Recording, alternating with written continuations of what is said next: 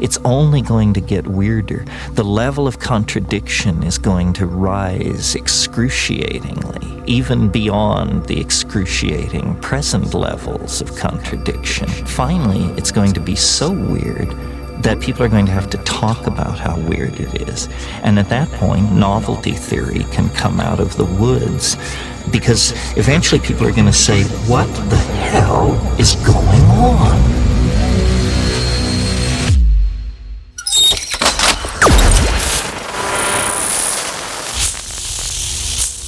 Fusebox.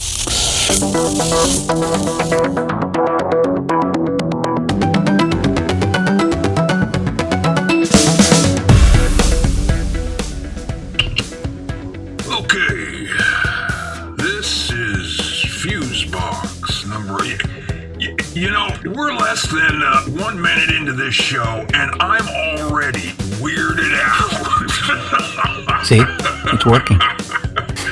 Well, so this is Fusebox number 176, Concrescence, and you may be reaching from the inner mind to the outer limits. Yes, we can blur the image or sharpen it to crystal clarity. Hello, friends, and welcome in to this wondrous head case of a show deliriously entitled Concrescence, and a lot more about that in a moment. I am your expanding my conscious awareness, but still watching that waistline host, Mark Rose, and over there, awash in the glow of tiny suns going nova, is... What the hell? Have you been smoking this morning? Well, it's just that the subject of this show is quite esoteric this time out, and... You got any more? The Grand Vizier of Graphic EQ, Milt Keynes, everybody. Well, thank you kindly. Do I smell patchouli? No, I believe you're having what is known as an olfactory flashback, Mr. Keynes. Oh. Yes. Hey. Let me say, before we fly off into the far reaches of reality here, you were missed the other day. I was. Yeah. Yes, sir. Our colleague in audio crime, Jeff Pollard, and I took part in one of the now nearly legendary exit ramp programs hosted by our buddy Frank Edward Nora on the ONSUG channel. That's ONSUG.com. Which, friends, is a kind of a monthly informal gathering of several show hosts and other folks as well who just get together and chat about this and that. And some people were asking about you. About me? Yeah. Well, as you are the interweb man of mystery and are rarely seen outside of this venue, or so it seems. Well, that's not true. Marcy sees me all the time. Yes, but the public... I can see me right now. Can you? Yes, yeah, I can see. But the point is, we'd really be just as thrilled as a bowl of beetles to have you take part in one of the exit ramp gatherings. I think you'd add a lot to the conversation. I really do. I would, huh? Well, sorry to disappoint anybody, but you know me. I'm not big on the whole on-camera thing, and I don't know, really, what the hell would I say at one of those? Like I say, it's really very informal, and it's just a great bunch of folks who are very welcoming and interesting as well. There's some pretty sharp folks in that bunch. Do I have to do math? What? I mean, it sounds like a kind of intellectual picnic and shit. No, there's no math involved. Well, other than being able to tell time, you would have to be able to read a clock to know when to join into the thing. Yeah, well, let me think. And the past programs are all available online for you to listen to. You can get a feel for what goes on there. Just go to onsug.com, ONSUG.com, and look for the exit ramp shows, and just do a search. Well, let me check them out, and I'll get back to you. Fair enough. I mean, they asked for you by name. Why? Jeff was there. It was his first time, and he enjoyed it. He didn't burst into flames or have a convulsive fit or anything. Actually, it was a lot of fun. Just think about it. Yeah. And with that assertive and confident proclamation from Mr. Keynes, we'll do just a little quick reset here and then hop, well, perhaps flap, as the case may be, into our first topic. Oh, don't make me laugh. The show for everybody, but not everybody will like it. TheFuseboxShow.com. Well, friends, as you can all plainly see from our present state of affairs in this country, the conspiracy theory has become a lot more foreground screaming than background whispering these days. Some might argue, I among them, that some of these conspiracies have caused such a vitriolic public reaction that it kind of created a side effect, for lack of a better term, canceling conspiracy theories of any kind.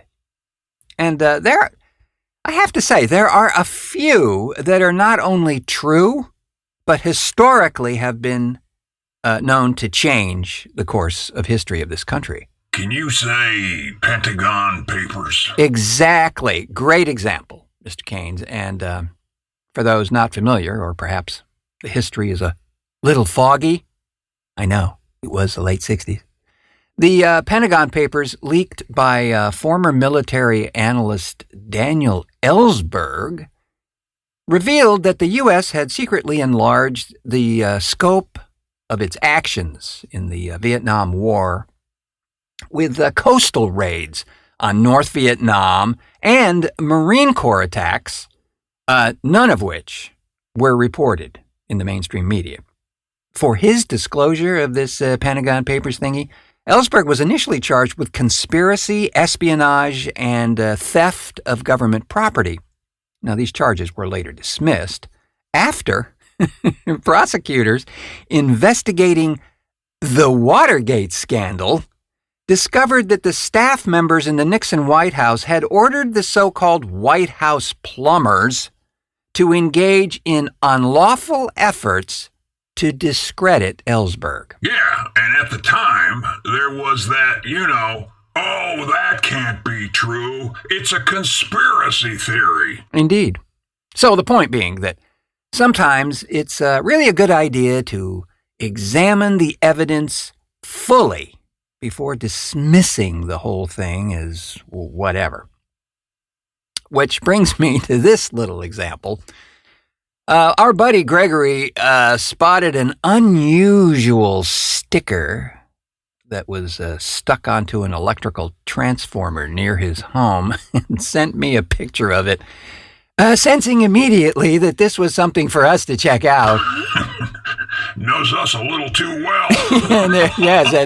But be that as it may, the sticker shows a semi-crude line drawing of a bird with the caption, "Pigeons are liars." And then at the bottom, a URL to visit called, get this, birdsaren'treal.com. Okay. I'll bite. Or peck. Well, as did I. I immediately went to the website to be confronted firstly by merchandise. Yeah. Which is probably the first clue that something is going on here that is, at the very least, mercenary. It does have the obligatory about page, which rambles on as most sites of, quote, forbidden info do about whatever their motivation or backstory is that empowers this brave and unrelenting quest for truth. In short, this organization alleges 12 billion birds were wiped off the face of the earth and replaced with robotic spies that look just like birds. Huh.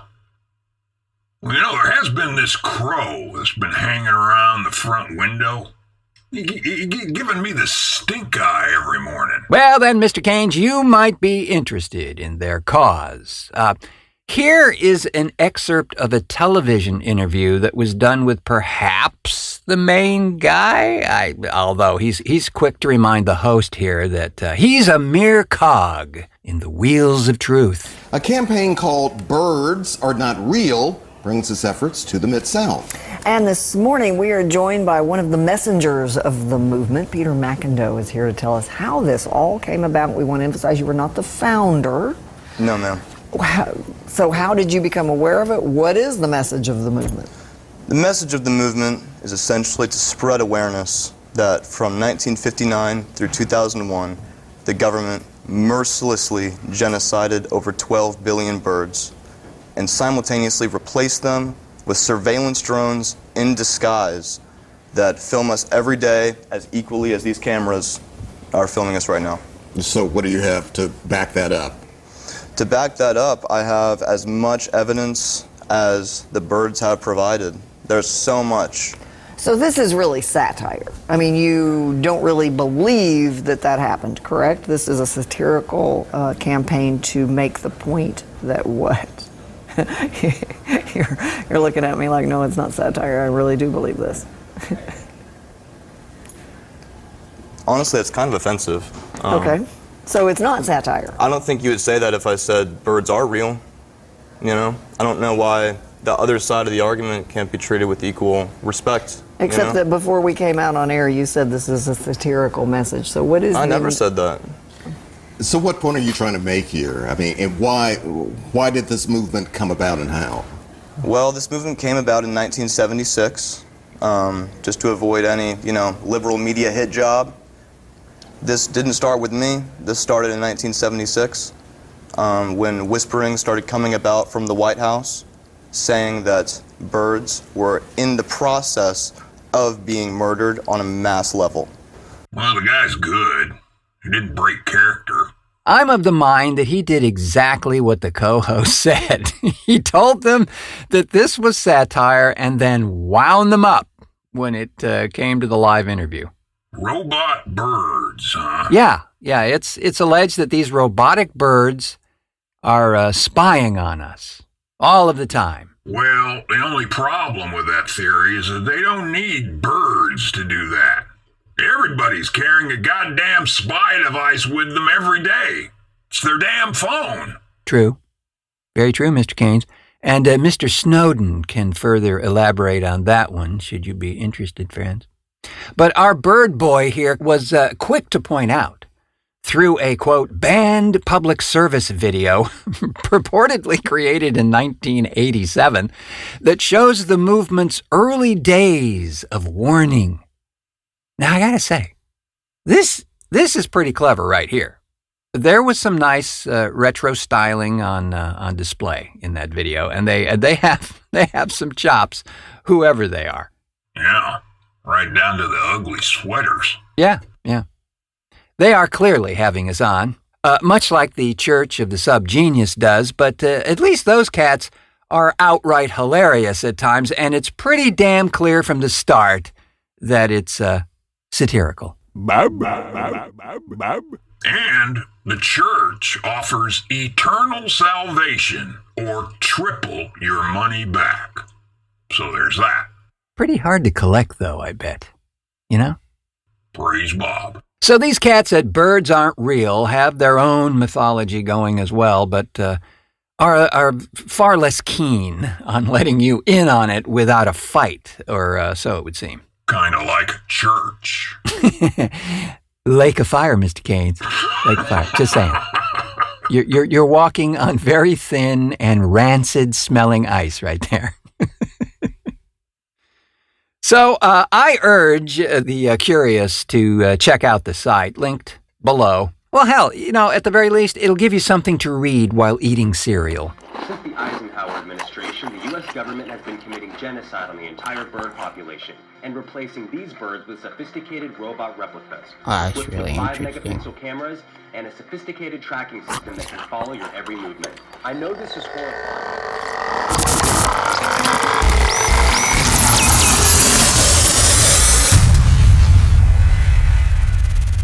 So the title of our program today was suggested by the late ethnobotanist Terence McKenna. And in his words, he defines it as... Concrescence is the idea of something that grows together. It concresces. It becomes more dense, more connected, more defined in space and time. A coming together of things. You know, I was struck by this term because not only does that reflect exactly what is happening in our world right now, it's this coming together that is causing all the friction because the parts don't want to go at the same time or direction. So the splintering, the fractionating of thoughts, beliefs, and people even as a whole. Oh, is that all? Yeah. Simply put, yeah. And as McKenna points out, during times of concrescence, this agitation and uncertainty, well, it's all part of the plan. This is what it's like when a species prepares to depart for the stars. You don't depart for the stars under calm and orderly conditions. It's a fire in a madhouse. Well, that's reassuring. At least while we're all on fire, at least we're going somewhere. Indeed. What got me onto this subject was just how frenetic and wacky these times have been lately. I mean, it's not just a phase. It's a symptom of a much larger condition, a change that is occurring right now. And all the seams are just being stretched out and fraying at the edges there. Now, there would be many who would point to Orange Guy as the catalyst for a lot of this turmoil recently, and he's certainly a factor, no doubt about it. But not the only reason. He's merely a facilitator. And this is why the right wing is so alarmed, because what they see going on is the breakdown of all tradition, all order, all sanctioned norms of behavior. And they're quite right that it's happening, but they're quite wrong to conclude that it should be resisted or is somehow evil. Man, he nailed that one. You know, at our last production meeting, well, actually it was for this show, Pollard made the remark that the GOP had become a cult, you know? And I agree. A clown cult, but there it is. Yeah, and they're getting really, really fired up right now because, as McKenna said, they're seeing the erosion of these past norms, and they're freaking out, you know, which may also explain why they have no platform at all at present. It's just hate and rancid lies and all that stuff. Every waking second, it seems to be spent trying to hold the status quo in place and not really address the concerns of their constituents. Well, if their constituents are all raving idiots, then maybe they are addressing the needs. Yes, I suppose an argument could be made for that, as it does seem they have a very large portion of that crowd are not what you might call critical thinkers. Well, I'll tell you something else. McKenna made a further observation on these times, which, by the way, his remarks and all the ones I've quoted in this segment so far are from an interview he did in 1998. Holy carp! Yeah. McKenna had a very interesting theory concerning the evolution of life, or actually, as he puts it, of all known phenomena, which is quite stirring, really. He termed it the novelty theory. Life is endlessly spinning towards the giant whoopee cushion? No. A bit more to it than that, Mr. Keynes. Novelty increases as we approach the present moment. The universe you and I are living in is a far more novel and complicated place than the early universe was.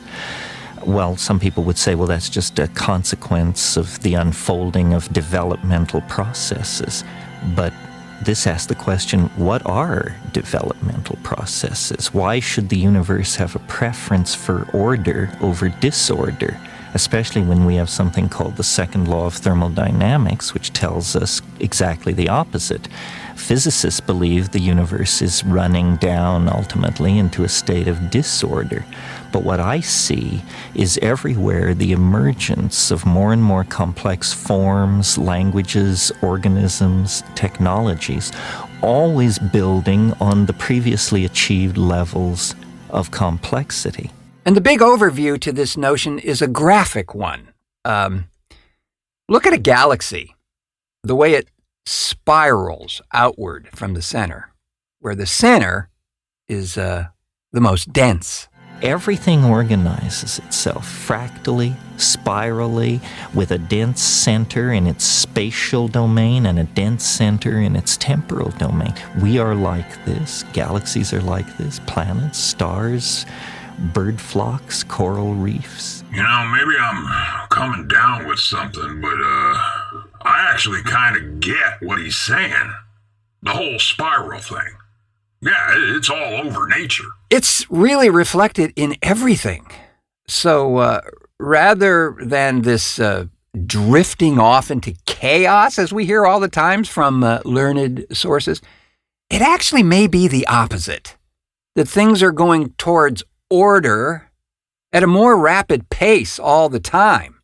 You know, there was this great Japanese film called Uzumaki, or Spiral, about a community that became obsessed with the spiral and the wondrous and rather bizarre things that occurred because of that obsession. Yeah, I think that one's on Amazon Prime, bro. You're probably right, Mr. Gaines. And if it is the case, I recommend you take that ride, friends. But perhaps have your seats in the fully upright position. Well, it may sound strange, but there is something comforting in that theory. I mean, the idea that maybe there really is some plan going on here, and we're not all just trapped on a runaway train that's on fire and headed for a lake of gasoline. Yeah, I, for one, sincerely hope that is not the case, because I just bought this shirt. Wait a minute. Is this the same guy that they were making that film about? Like a biopic or something? You are correct, sir. Yes, Terence McKenna's life was the subject of an unusual, to say the least, biopic called True Hallucinations. Now, that was allegedly going to star Jim Carrey, of all people. And seems like a perfect pick, actually. But that project was based on the 2016 film of the same name, which was an experimental documentary produced by Peter Bergman. I have no idea what the status of this newer film is. It seems to have gotten lost in the fog of the viri, as many things have over the last year and a half.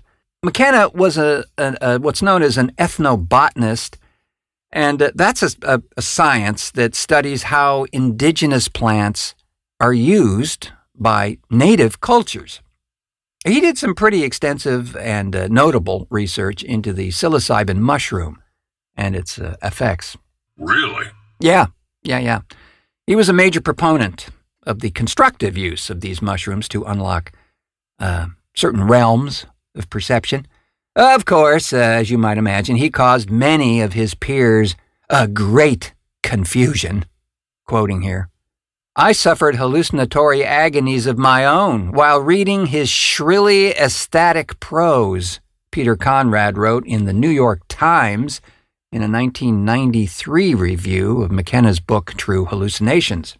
Yet, which is usually the case, on the other hand, Harvard University biologist Richard Evans Schultz wrote in American Scientist in 1993, a review of McKenna's Food of the Gods, that the book was, quote, "a masterpiece of research and writing, and that it should be read by every specialist working in the multifarious fields involved with the use of psychoactive drugs," concluding that it is without question destined to play a major role in our future considerations of the role of the ancient use of psychoactive drugs, the historical shaping of our modern concerns about drugs, and perhaps about man's desire for escape from reality with drugs. As usual, no one agrees with anything. True, Mr. Keynes. I'll tell you one thing. I have never heard anyone discuss the intangible with more clarity and focus than this Terence McKenna guy. Or, as the now legendary Jerry Garcia said, He was the only person who has made a serious effort to objectify the psychedelic experience. Now, taken from one who knows. So, friends, if this brief look at the ideas of Terence McKenna have sparked some interest, I'd urge you to do a little digging. Most of his lectures and interviews are on the tube of you and are very engaging, and thought-provoking, and may even be a little enlightening on the side. And with that, we'll bring this Concrescence to a close and take our colliding time-space continuum with our zero time wave analysis and slither back down behind the Barcalounger. But not before thanking our contributors to this edition of Fusebox, Mr. Jeff Pollard.